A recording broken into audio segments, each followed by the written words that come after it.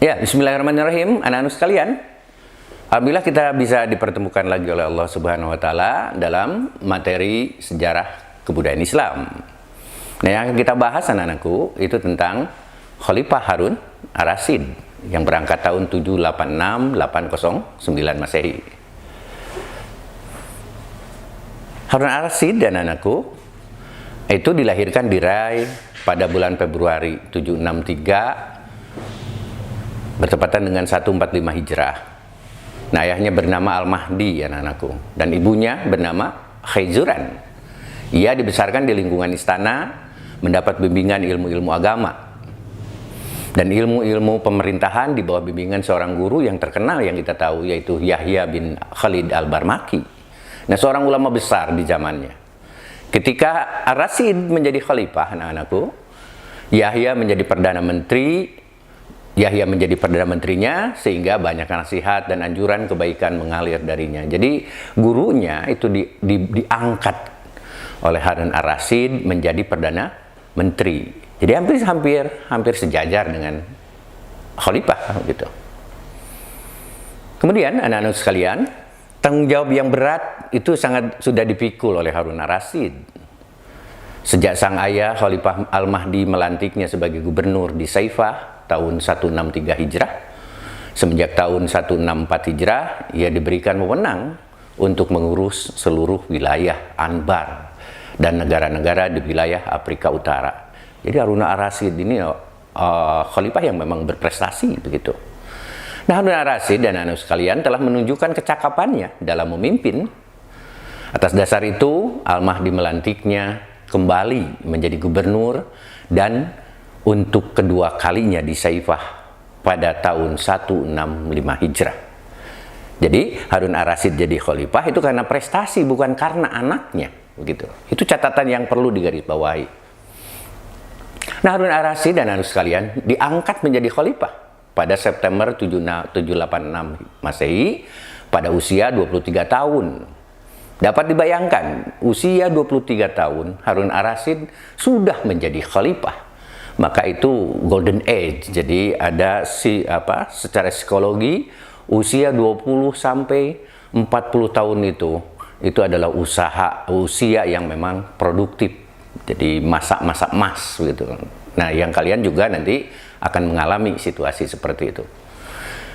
Setelah saudaranya yang menjabat khalifah, Musa Al-Hadi wafat. Jadi Musa Al-Hadi wafat lalu digantikan oleh Harun Ar-Rasyid. Benar. Kemudian anak-anakku, bagaimana kepribadian sekarang Harun Ar-Rasyid? Kita tahu bahwa Harun Ar-Rasyid adalah pribadinya sangat mulia, cerdas dia.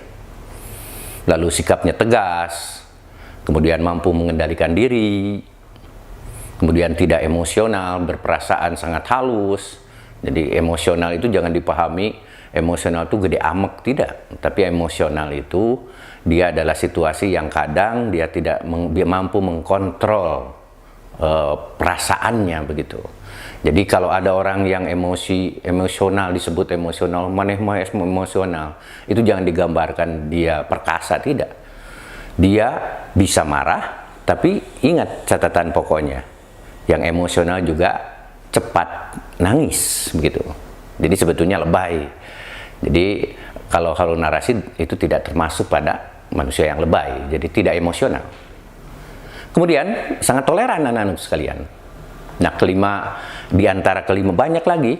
Bahkan kepribadian Harun Ar-Rasyid ini dikatakan oleh Abu Atahiyah itu akhlak mulianya dikemukakan oleh Atahiyah, seorang penyair kenamaan saat itu, di mana ia dikenal sebagai seorang khalifah yang suka humor. Jadi enjoy begitu ya. Kemudian pemimpin yang pemurah dan dermawan, jadi tidak sombong gitu. Banyak sejarawan menyamakan Harun Ar-Rasyid ini dengan Khalifah Umar bin Abdul Aziz dari dinasti Umayyah. Sedangkan Umar kan oleh para sejarawan itu diklasifikasikan sebagai khalifah kelima dari Khulafaur Rasyidin, saking hebatnya Abdul Aziz itu. Jadi Umar bin Abdul Aziz, kemudian itu Harun Ar-Rasyid juga disamakan, disejajarkan. Nah, ia sering turun ke jalan, ke jalan-jalan di kota Baghdad pada malam hari, melihat kehidupan sosial yang sebenarnya. Jadi seorang pemimpin itu harus tahu bagaimana masyarakatnya dan dia datang. Dia menghadiri, dia ada di tengah masyarakat. Jadi bukan pemimpin itu bukan cicing di istana, lalu dia semena-mena, lalu dia justru kewajiban pemimpin itu kan memberikan kabar gembira. Tapi kalau kepemimpin sekarang kita lihat, itu justru menyampaikan pada rakyat itu bukan berita gembira, tapi naik bensin, BBM naik, dan segala macam. Itu pemimpin-pemimpin yang harus dievaluasi sebetulnya anak-anak sekalian. Nah kemudian, di masanya tidak seorang pun yang kelaparan dan teraniaya. Dapat dibayangkan bahwa rakyat itu tidak pernah ada yang kelaparan dan teraniaya. Kalau sekarang, bahkan rakyat sedang tenang, itu dipolitisasi begitu ya. Itu pemimpin yang harus mencoba mengaji diri lagi. Sehingga pada masa Khalifah Harun ar-Rasyid sulit untuk melihat mendapatkan rakyat yang kelaparan. Dan tanpa diketahui oleh Harun ar-Rasyid. Jadi di masa itu tidak seorang pun yang kelaparan dan teraniaya. Nah, mempunyai perhatian selanjutnya anak-anak sekalian dan minat yang besar terhadap ilmu pengetahuan dan kebudayaan. Oh, jadi ini persoalan khalifah. Kenapa Khalifah Harun ar-Rasyid hebat? Karena dia punya komitmen terhadap ilmu pengetahuan dan kebudayaan. Jadi kalau orang yang cerdas, dia pasti akan melakukan hal-hal yang terbaik bagi rakyatnya. Kalau ternyata rakyat itu tidak diperlakukan dengan baik, artinya dia kurang, ya menurut kalian, kurang cerdas kan? Dan para ilmuwan dan budayawan dilibatkan dalam setiap pengambilan kebijakan. Jadi dia tidak egois, tidak otoriter, dan segala macam. Jadi sangat welcome untuk mensupport kebijakan-kebijakan yang berpihak kepada rakyat. Nah, Khalifah juga melakukan penerjemahan besar-besaran terhadap buku-buku ilmu pengetahuan anak-anak sekalian. Yang berbahasa asing itu diterjemahkan ke dalam bahasa Arab. Sedangkan bahasa Arab menjadi Khalifah Harun ar-Rasyid bahasa resmi, dijadikan oleh Harun ar-Rasyid menjadi bahasa resmi dan bahasa pengantar di sekolah-sekolah, perguruan tinggi, bahkan menjadi alat komunikasi umum. Nah, sekarang di kita di Indonesia itu ketika muncul simbol-simbol Arab, jadi seolah-olah Arab itu dibenci. Ustaz tidak paham itu apa yang dimaksudkan. Jadi mereka benci terhadap atribut-atribut Arab, simbol-simbol Arab. Padahal itu tidak substantif begitu dan salah kaprah. Kalaupun mau membenci, jangan membenci Arab. Karena Arab tidak punya salah terhadap Indonesia. Bahkan orang-orang Arab, keturunan Arab itu mendirikan bangsa ini. Yang justru harus kita benci adalah orang Jepang dan orang Belanda, anak-anak sekalian. Jadi mereka lah yang membuat ulah di Indonesia. Tapi kita dibalik, orang yang berdosa itu dianggap teman, dalam tanda petik ya. Orang yang justru berbuat kebaikan untuk bangsa ini, itu dipinggirkan, di outsider begitu dalam posisinya. Nah, anak-anak sekalian, selanjutnya semua pengetahuan yang termuat dalam bahasa asing segera diterjemahkan oleh Harun ar-Rasyid dalam bahasa Arab. Jadi dapat dikaji dan dipahami oleh masyarakat luas. Dewan Perterjemah pun dibentuk pada saat itu, yang diketuai oleh seorang pakar bernama Yuhana bin Musawih. Jadi Yuhana bin Musawih ini adalah koordinator, artinya Dewan Penerjemah yang dibentuk oleh Harun ar-Rasyid. Nah, kota Baghdad menjadi mercusuar, kota impian 1001 malam, yang tidak ada tandingannya di dunia pada abad pertengahan. Selain itu juga, pada masa kekhalifahannya, wilayah kekuasaan dinasti Abbasiyah membentang dari Afrika Utara sampai ke Hindukush, India. Dapat dibayangkan begitu luasnya. Kemudian, kekuatan militer sekarang yang dimilikinya sangat luar biasa.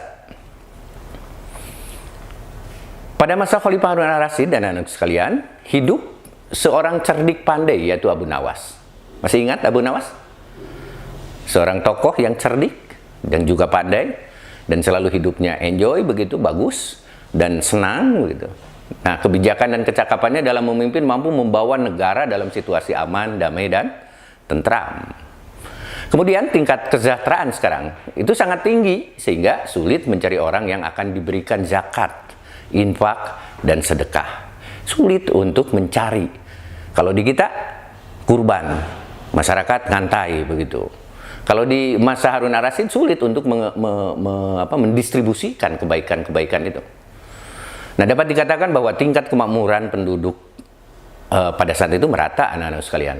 Pada masa pemerintahannya, dinasti Abbasiyah mengalami masa kejayaan dan keemasan, sekaligus menjadi salah satu pusat peradaban dunia. Ingat, Baghdad menjadi salah satu pusat peradaban dunia.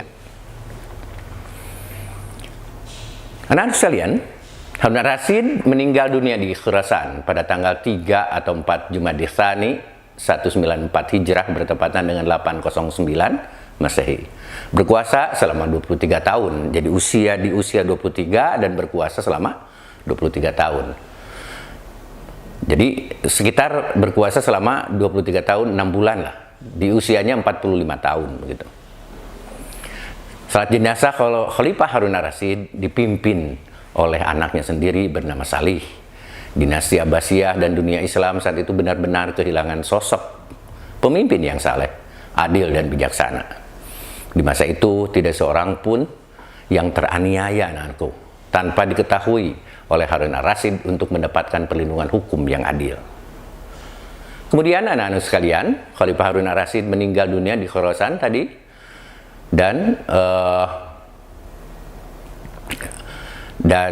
beliau adalah salah satu tokoh yang memang sangat militan, sangat kasih sayang terhadap masyarakatnya, dan kita cukup untuk mengambil contoh ibrah dari pola kepemimpinan dan sikap Harun ar-Rasyid. Itulah anak-anak sekalian pertemuan hari ini, dan mudah-mudahan kita bisa dipertemukan oleh Allah di pertemuan yang akan datang. Terima kasih. Assalamualaikum warahmatullahi wabarakatuh.